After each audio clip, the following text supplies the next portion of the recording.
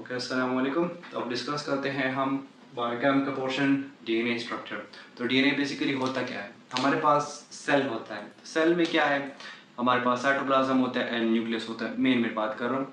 Nucleus में basically हमारे पास genetic material पड़ा होता है, दैट इज डीएनए। तो डीएनए बेसिकली हमारे पास एक कॉम्प्लेक्स स्ट्रक्चर है जिसमें डिफरेंट इंफॉर्मेशंस होती है टू मेक लिटरली एवरीथिंग। हम इंग्रेडिएंट्स जैसे होते हैं वो डीएनए उसमें पड़े सब कुछ इन द फॉर्म ऑफ कोडॉन्स। ठीक हो गया। कोडॉन्स क्या है? वो बस बेसिकली नाइट्रोजनस बेसिस हम डिस्कस चलिए नाइट्रोजनस बेस अभी डिस्कस कर लेते हैं। Cytosine, thymine, uracil, adenine and guanine, ये 5 नाइट्रोजनस बेसिस है। इनके कॉम्बिनेशन से जो है ना 3-3 के पेयर में जो है ना वो बनते हैं, कोडॉन्स बनते हैं। तो बेसिकली अब फॉर एग्जांपल ऐसे एग्जांपल ले ले जैसे कि चले डॉग है, DOG। तो डॉग से डॉग बन गया, ठीक है। तो डी के लिए फॉर एग्जांपल जो है ना इन दोनों साइटोसिन एंड थाइमिन से डी बन रहा है, ऐसे एग्जांपल ले ले, इन दोनों से पेयर पेयर करके 3-3 के पेयर से आप कुछ बना लें। तो ये जब कंबाइन होंगे एक स्पेसिफिक मैनर में DOG, ठीक है, तो डॉग बन गया। अब उल्टा उल्टा कर लेंगे तो कुछ और बन जाएगा ना, वो स्पेसिफिक चीज तो नहीं बनेगी ना। डॉग बनाने के लिए स्पेसिफिक इंफॉर्मेशन है, तो ये सब किस में पड़ी होती है? डीएनए में प्रेजेंट होती है। तो ये बेसिकली इसका इंट्रो हो गया। अब बेसिक्स जो है ना ये हो गई। अब जो है ना इसकी डिटेल डिस्कस करते हैं। जो जो टॉपिक्स हैं सारे जो इंपॉर्टेंट है एक्सक्यूज रिलेटेड भी टॉपिक, जो कंफ्यूजन पॉइंट्स हैं वो बेसिकली इसमें डिस्कस करते हैं। और जो फर्दर जो टॉपिक ले जाएंगे वो आगे इस प्लेलिस्ट में डिस्कस करते रहेंगे। तो स्टार्ट में डीएनए स्ट्रक्चर किस चीज़ से बना होता है? 3 चीज़ों से बना होता है। राइबोस शुगर जो कि कार्बोहाइड्रेट हो गया, नाइट्रोजनस बेसिस जो कि हमने डिस्कस कर दी है, cytosine, thymine, uracil, adenine and guanine, और एक होता है फॉस्फेट ग्रुप। ठीक है, फॉस्फेट ग्रुप जो है ना इंपॉर्टेंट है क्योंकि ये डिस्टिंग्विशिंग है। अब यहाँ पे हम डिस्कस करेंगे ना कंफ्यूजन, मतलब ये दोनों में डिफरेंट न्यूक्लियोटाइड एंड न्यूक्लियोसाइड, इसमें सब कंफ्यूज होते हैं। मैं भी होता था। तो ये जो है ना आप फॉस्फेट ग्रुप अब याद करें क्योंकि अब मैं डिफरेंशिएशन क्लियर आउट करता हूँ। तो नाइट्रोजनस बेसिस तो है ना हमने डिस्कस कर दी हैं। अब सेकंड है न्यूक्लियोटाइड। तो न्यूक्लियोटाइड को क्लियर करने के लिए पहले हम जो है ना इसको डीएनए के साथ उसको कंपैरिजन करेंगे। अब डीएनए क्या है? If DNA is a polymer तो न्यूक्लियोटाइड इज अ मोनोमर। जिस तरह डीएनए बना हुआ है इससे इससे इससे न्यूक्लियोटाइड भी इन तीनों से बना हुआ है, लेकिन इनका एक यूनिट, ये 3 चीजें कंबाइन हुई हैं, एक न्यूक्लियोटाइड बन गया है। ठीक हो गया। अब वो न्यूक्लियोटाइड्स एक साथ होंगे, कंबाइन होंगे, ठीक है। लिंकर उसमें डीएनए H प्रोटीन्स पड़ेंगे, H1 हिस्टोन्स होते हैं जो कि इनको कंबाइन करते हैं। जैसे बीड्स होते हैं ना, ये इस तरह के फॉर्म में जो है ना ये सारे न्यूक्लियोटाइड्स, फॉर एग्जांपल ये बीड्स बीच में जो है ना हिस्टोन्स प्रोटीन्स, या फिर डिस्कस करेंगे, ठीक, कंफ्यूज होने की जरूरत नहीं है। तो ये फिर बन जाएगा डीएनए। ठीक हो गया। अब तो न्यूक्लियोटाइड क्लियर आउट हो गया। अब न्यूक्लियोसाइड क्या होता है? बेसिकली जब न्यूक्लियोटाइड से हम फॉस्फेट ग्रुप को रिमूव कर देंगे, जैसे मैंने लिखा है कि minus P group phosphate group, तो ये क्या बन गया? न्यूक्लियोसाइड।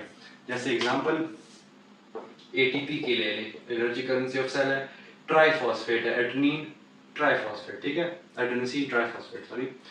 तो अब ADP, इससे जब एक पाई रिमूव कर देंगे ये फॉस्फेट ग्रुप, तो ये क्या बन गया? डाइफॉस्फेट बन गया। ठीक हो गया। इससे एक और रिमूव कर देंगे तो AMP बन जाएगा, मोनोफॉस्फेट। ठीक। अब इससे एक और जब निकाल लेंगे तो जो बन जाएगा दैट इज अ न्यूक्लियोसाइड, क्योंकि इसमें जो है ना हमारे पास फॉस्फेट ग्रुप अब नहीं है। ठीक हो गया। बस ये बेसिकली ये डिफरेंस है। इसमें अगर फॉस्फेट ग्रुप डाल दें तो एक डाल देंगे तो ये बन जाएगा, न्यूक्लियोटाइड बन गया। ठीक है, ये सारे न्यूक्लियोटाइड है, ये तीनों न्यूक्लियोटाइड है, ये एक न्यूक्लियोसाइड है। तो नाइट्रोजनस बेसिस हो गया, न्यूक्लियोटाइड हो गया, न्यूक्लियोसाइड हो गया। अब आते हैं प्यूरिन एंड पायरिमिडीन्स। इन दोनों बेसिकली में कंफ्यूजन इसमें कुछ नहीं है। ये बस जो एडेनिन और ग्वानिन है दीज आर प्यूरिन्स, ठीक है। और ये जो डबल रे स्ट्रक्चर्स है ना ये, और जो पैरामिडीन्स है वो साइटोसिन, थाइमिन, यूरासिल है। ठीक है, तो TUC जो है ना ये पैरामिडीन्स हो गए, AG हो गए हमारे पास प्यूरिन्स। बेसिकली हमारे पास जो डीएनए होगा ना, जो चेन उसमें प्यूरिन एंड पैरामिडीन के बीच में जो है ना बॉन्डिंग होती है, या कर लेंगे नाइट्रोजनस बेस पेयरिंग। तो नाइट्रोजनस बेसेस है ना सारे 5 के 5, इनके बीच में पेयर्स बनते हैं।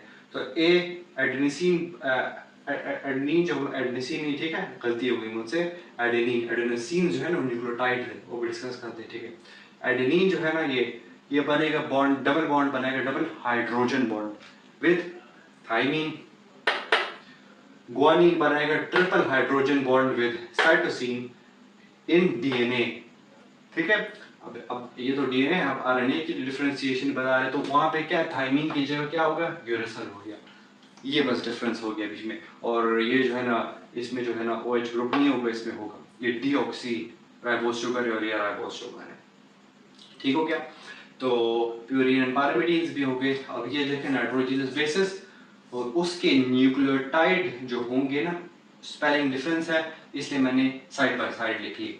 अब जब नाइट्रोजनस बेस साइटोसिन है, जब ये इधर न्यूक्लियोटाइड बनेगा तो उसको कहेंगे हम साइटिडीन। थाइमीन है तो वो थाइमिडीन, यूरेसिल है यूरिडीन, ठीक है। एडेनिन है तो वह एडेनोसिन, गुआनिन है तो गुआनोसिन, ठीक है। ये सारे हो गए हैं। तो अब जो है ना ये नीचे वाले टॉपिक डिस्कस करते हैं, स्टार्ट करते हैं हिस्टोन प्रोटीन्स के साथ। ये बेसिकली क्या है, प्रोटीन्स ही है, तो प्रोटीन पेप्टाइड्स हो गए, पेप्टाइड बॉन्ड्स बेसिकली बनाते हैं, ये बेसिकली बनाता है। अब हमारे पास डीएनए है, ठीक है। तो डीएनए तो बहुत ज़्यादा इंफॉर्मेशन कैरी करता है और बहुत मतलब कि बहुत बड़ा मॉलिक्यूल है, तो उसको छोटे से न्यूक्लियस में हम कैसे फिट करेंगे। मतलब सेल तो बहुत बड़ी चीज़ है, चले न्यूक्लियस तो उससे भी छोटा है। अब उसके अंदर जब डीएनए रहेगा तो वो कैसे रहेगा, तो वो कॉइल होगा। कॉइल होता है तो उसको क्रोमेटिन कहते हैं, क्या कहते हैं, क्रोमेटिन। तो वो क्रोमेटिन बनाने के लिए उसको प्रोटीन्स चाहिए। ये H2, H2A, H2B, H3, H4 ये हो गए 4 प्रोटीन्स हो गए ना। तो ये ऑक्टामर बना के कॉइल होते हैं और उनको बीच में लिंक कौन करता है, लिंकर H1 है। जिस तरह ये बीड्स बना रहे थे, तो ये जो बीड्स के जो तार है ना, ये H1 ये काम करती है, ठीक है। H1 क्या है, it ties beads on string together, ठीक है। और हमारे पास ये जो है ना न्यूक्लियोसोम में नहीं प्रेजेंट होंगे H1 प्रोटीन्स, ठीक हो गया। हिस्टोन्स एंड डीएनए जो है ना वो बनाते हैं न्यूक्लियोसोम, हिस्टोन प्रोटीन्स ये वाले, ठीक है, नॉट दिस। अच्छा, तो इसके बाद जो है ना हम डिस्कस करते हैं ये सारे टॉपिक्स और ये जो है ना ये ग्राफ डिस्कस करते हैं। अच्छा, तो सबसे पहले what is DNA methylation. Basically अब देख रहे हैं जो ट्रांसक्रिप्शन है ना, ये अब ट्रांसक्रिप्शन स्माइल कर रहा है, हो रही है ट्रांसक्रिप्शन, मतलब ये प्रोसेस एक्टिव है। तो जब ये मिथाइलेटेड हो जाएगा तो ये कंडेंस हो जाएगा और कंडेंस हो जाएगा। अब जिस तरह मैंने कहा था ना कि डीएनए जब कॉइल होता है क्रोमेटिन बनाता है, तो क्रोमेटिन के भी 2 टाइप्स होते हैं, एक होता है हेट्रोक्रोमेटिन और एक होता है यू क्रोमेटिन। अब हेट्रोक्रोमेटिन क्या है, it is more condensed form, जो कि डीएनए मिथाइलेशन की वजह से जो और भी डार्कर और भी कंडेंस्ड और ट्रांसक्रिप्शनली इनएक्टिव, ये खफा है ना तो क्रॉस इनएक्टिव, मिथाइलेटेड हो गया है तो इनएक्टिव हो गया है, ठीक हो गया। अब ये क्यों है, क्यों कर रही है, मैं डिस्कस करता हूँ, ठीक है। तो और ये यू क्रोमेटिन क्या है, this is more relaxed and more lighter form of DNA. ये जो है ना अब रिलैक्स्ड हो गया, क्यों, क्योंकि एसिटाइलेशन जब होती है, हिस्टोन एसिटाइलेशन होगी ना तो वो क्या हो जाएगा, मोर रिलैक्स्ड हो जाएगा, ठीक है। तो फिर उसमें ट्रांसक्रिप्शन क्या हो जाएगी, एक्टिव ट्रांसक्रिप्शन, ट्रांसलेशन प्रोसेसेस, वो हम आगे डिस्कस करेंगे। इससे बेसिकली डीएनए कॉपी होता है किस्म का, बस इजी फॉर्म में इस तरह डिस्कस कर ले, इस तरह जो है ना समझ ले, ठीक हो गया। तो अब जो है ना अब डीएनए मिथाइलेशन क्या होती है, बेसिकली हमारे पास हमारा जो डीएनए है ना उसमें जो साइटोसिन होता है, जैसे C ट्रिपल बॉन्ड G, इसमें जो साइटोसिन है ना वो मिथाइलेटेड हो जाता है। ये क्यों, ताकि ये जो है ना मतलब कि बेसिकली हमारे पास इम्यून रिस्पांस ट्रिगर ना हो। अब यहाँ पर हम बैक्टीरियल डीएनए जो डिफरेंशिएट करेंगे ना उसमें मैं बताता हूँ। हमारे पास साइटोसिन है ना वो मिथाइलेटेड हो रहा है। हमारे पास जो बैक्टीरिया होगा ना उसमें एडेनिन भी जो एडेनोसिन है वो भी जो है ना मिथाइलेटेड हो जाए। Sorry, adenine not adenosine, nitrogenous bases की बात करें, ठीक है। इसमें आप कन्फ्यूजन ज़रा क्लियर कर लें। इस तरह साइटोसिन यहाँ पे जो है ना सिर्फ ह्यूमन में सिर्फ साइटोसिन मिथाइलेटेड हो रहा है, बैक्टीरिया में साइटोसिन एंड एडेनिन दोनों हो रहे हैं। डिफरेंशिएशन डिस्कस करते हैं, लेकिन ज़रूरी क्या है, क्यों है। हमारे पास बेसिकली जब ये हो जाता है मिथाइलेटेड तो मतलब 70% हमारा डीएनए जो है ना दैट इज मिथाइलेटेड, तो ये जो है ना इम्यून रिस्पॉन्स ट्रिगर नहीं करता। जो मिथाइलेटेड नहीं होंगे वो फिर इम्यून रिस्पॉन्स ट्रिगर करेंगे, हमारी बॉडी उसके खिलाफ एक्ट करेगी। अब बैक्टीरिया की जो बात करते हैं उसमें इम्यूनिटी की एग्जांपल आ जाएगी। अब बैक्टीरिया क्या, उसमें मैंने कहा एडनी और जो बैक्टीरिया वाला है उसमें मैंने क्या है साइटोसिन एंड जो एडेनिन है दोनों जो है ना क्या होंगे, मिथाइलेटेड होंगे। इसमें एक एक्स्ट्रा है, क्यों, क्योंकि अब जो वायरस होते हैं ना वो बैक्टीरिया पे जब एक्ट करते हैं as in the form of bacteriophage, तो वो क्या करते हैं, जिस तरह मतलब ये बैक्टीरिया इस पे वायरस एक्ट किया, अपने जेनेटिक मटेरियल बैक्टीरिया में छोड़ दिए, तो वो जाके अब जेनेटिक मटेरियल क्या है, डीएनए या आरएनए भी हो सकता है, तो डीएनए एग्जांपल ले लें, तो वो अब क्या होगा, मिथाइलेटेड नहीं होगा। तो मिथाइलेटेड नहीं होगा तो बैक्टीरिया का इम्यून सिस्टम क्या करेगा, उसको अटैक करके ख़त्म करेगा अपने आप को, मतलब कि डिफेंस मैकेनिज्म है बेसिकली। तो दिस इज DNA methylation, एक form of inactivation of the transcription and also in the form plays a role in the inactivation of the unnecessary immune response against the body itself. तो ये दोनों हो गए। अब है histone acetylation.